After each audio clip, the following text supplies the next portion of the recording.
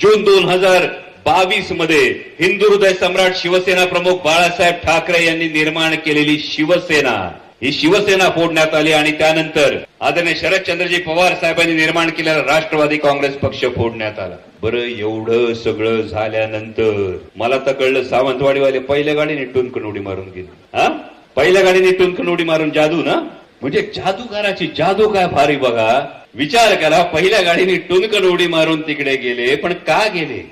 लोक सांगतात विकासासाठी ही भूमिका घ्यावी लागली, पण त्याच वेळी जेव्हा तुम्ही भूमिका बदलत होतात तेव्हा एक परिस्थिती अशी निर्माण झाली होती, हा महाराष्ट्राचा स्वाभिमान 50 खोक्यात विकला जाणार, दबावाला बळी पडणार की नाही, हे लोकसभा निवडणुकीत सगळे पाहत होते आणि महाराष्ट्रातल्या तमाम जनतेने दाखवून दिलं. तब्बल 31 खासदार हे महाराष्ट्रातून महाविकास आघाडीचे, इंडिया आघाडीचे दिल्लीला पाठवले.